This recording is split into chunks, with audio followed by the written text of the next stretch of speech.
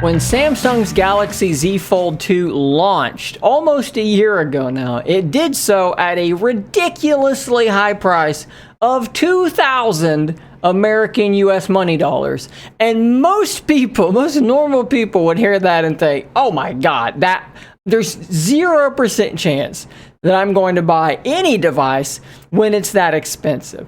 And I know that the Z Fold 2 is not just any device, it's something totally radically different from what we've had in the past. Well, I guess the Z Fold would have been the one that was radically different, but bear with me here. The Z Fold 2 can do a lot of stuff, and there's a lot of value in that device, but $2,000 is a heck of a lot of money for pretty much anybody. I'm debating if I just do the entire video with the creepy thing in the corner just staring at me, but I don't know. I think I'm just gonna roll on, let her just do her thing. So if you jump forward though to today, you can have the Z Fold 2 at a significantly lower price than at launch, and I've seen it cheaper than this. But right now, go on Amazon and you can have this thing for $1,269.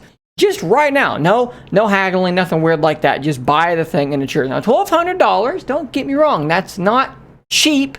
And yes, we've seen it less than $1,200, but I've never seen it at a cheap price. But for what this thing is it worth it? In that ballpark, in that $1,200 or lower range, is it worth it to buy the Z Fold 2 today? Right now. But before we dive into answering that question, if this is the first time you've watched one of my videos, welcome. Thank you so much for doing so. Please do consider hitting that subscribe button if you do enjoy today's video so that you won't miss out on future content. Thanks. Well, let's talk about that because there's a lot of things to talk about and to think about in this regard. So in middle 2021, what are you getting with the Z Fold 2 and how does it hold up to the competition? Honestly, it holds up really, really well. Let's talk about performance. Let's look at the specs here. This thing is running a Snapdragon 865 Plus. How does the 865 Plus run today? It runs as well as it did a year ago. It's really, really fast.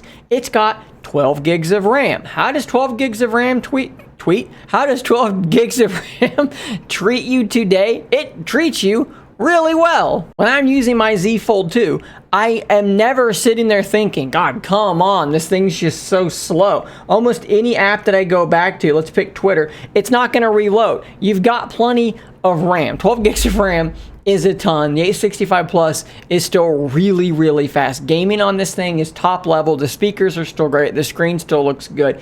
Nothing really to worry about here as far as the day-to-day performance of the Z Fold 2. It's still really good. What about in the camera department? So a lot of people will see, triple 12 megapixels and they'll think, this thing's got a so-so camera. And some of the reviews have even had, people say that sort of thing. The cameras aren't that phenomenal. To me, the cameras are very, very good. Like, are there cameras that are better? Does the S21 Ultra have better cameras? Yeah, it absolutely does. However, does the Z Fold 2's camera ever let me down? No. Does it ever take pictures and I'm like, that picture sucked, that was a terrible picture, I wish I had another phone? No, absolutely not. You can get some really nice pictures with the Z Fold 2, okay? Even in low light, it handles it pretty well. How about super slow-mo good enough to catch a bolt coming out of a crossbow? I was actually shocked that it was able to pull this off using a 12 megapixel camera and the hardware on board. Really good. Video is nice, crisp, clear. The colors look good. The stabilization is solid. I have no complaints with the camera on the Z Fold 2. For me, if there's one thing about the Z Fold 2 that I have any concern at all with, unfortunately, it's with that interior folding screen. There are just, there are reports of people waking up in the morning, opening up their Z Fold, and discovering that down that crease, they've got a crack. And yes, you send it to Samsung, and they replace it, and they send it back. But that, if there's a concern for me, it's that OLED stress fracturing over time. Now, this is not something that has happened to everyone. Happened to some people. It's happened to Mr. Mobile if you watch his YouTube channel, which if you don't and you watch mine, what are you doing? Watch his too. His stuff is really, really good. But some people have had their Z Fold since launch day. They've dropped it And it still isn't stress fractured. It seems to be a luck of the draw kind of thing. For me, I've got no issues at all. My screen is absolutely pristine. The interior screen, absolutely pristine, not a mark on it. Exterior screen, not a mark on it. In general, if I handed you this phone and asked you how old it was, you wouldn't be able to differentiate if it was 1 day or 6 months or a year. You'd have no way to know. It's in really, really good shape. This thing's a brick, but that is a concern. Samsung folding screens will occasionally break, much more regularly than obviously a regular screen. So that's something you have to keep in mind. The other big thing, because look, other than that, there's nothing about the Z Fold 2 that would make me, have reservations towards telling you don't get it. If you said, I've got $1,200 to spend on a phone, I would say, oh, well, do you want to get one of my all-time favorite devices that's a phone, a tablet, and DeX is incredible? Because it's that price, and I promise you, you're going to love it because it runs unbelievably well. It's a phenomenal device.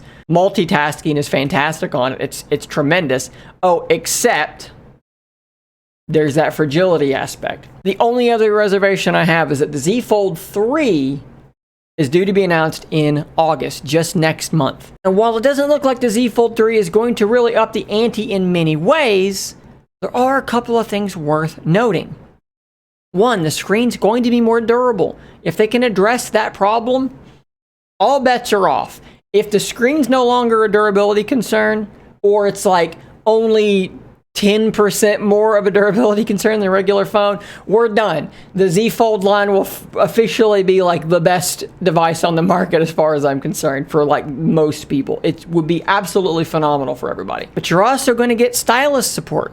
So if you're a fan of the Note line, then the Z Fold 3 will be the Note, but like as good as it's ever been because you have such a large canvas to draw on.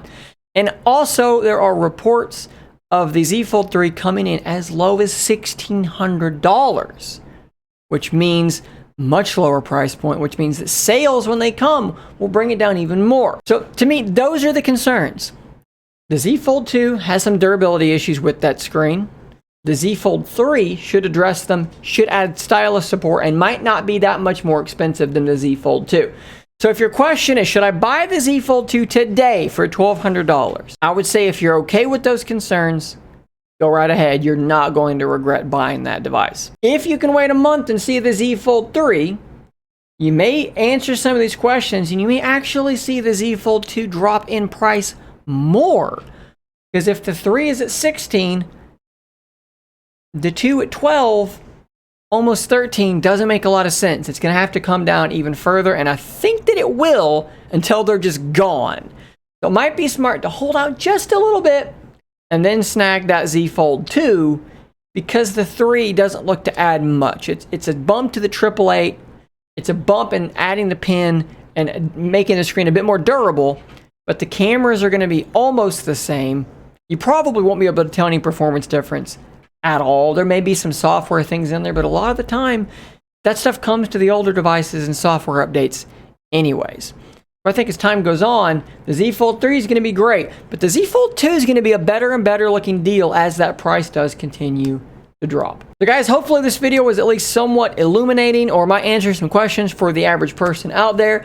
If you want to see that Amazon link, it is in the description down below. It is an affiliate link, so if you purchase that or if you click that link and purchase anything, that does help me, so thanks for that. Thanks for making it to the end of today's video. Thanks as always to those of you who have hit that subscribe button, who have donated at scaryifliteral.com or have donated through Flatter. I appreciate it tremendously. Stay tuned for more content just like this, and until next time, stay nerdy, my friend.